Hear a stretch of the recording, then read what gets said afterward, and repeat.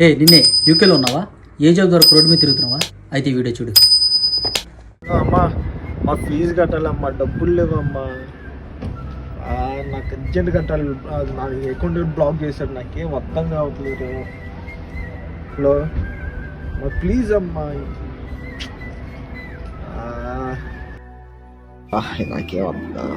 ఏం బ్రో బాగా డల్గా ఉన్నావు? బ్రో నాకు కాలేజ్ అకౌంట్ బ్లాక్ చేశారు బ్రో. నాకు ఎగ్జామ్ కట్టాలి, ఎగ్జామ్కి ఫీజు కట్టాలి. నాకేం అర్థం కావట్లేదు. ఎంత కట్టాలి బ్రో ఫీజు? బ్రో 3 lakhs కట్టాలి బ్రో. ఎమ్మడే అప్పుడు అన్బ్లాక్ చేస్తారు బ్రో. ఏం అర్థం కావట్లా.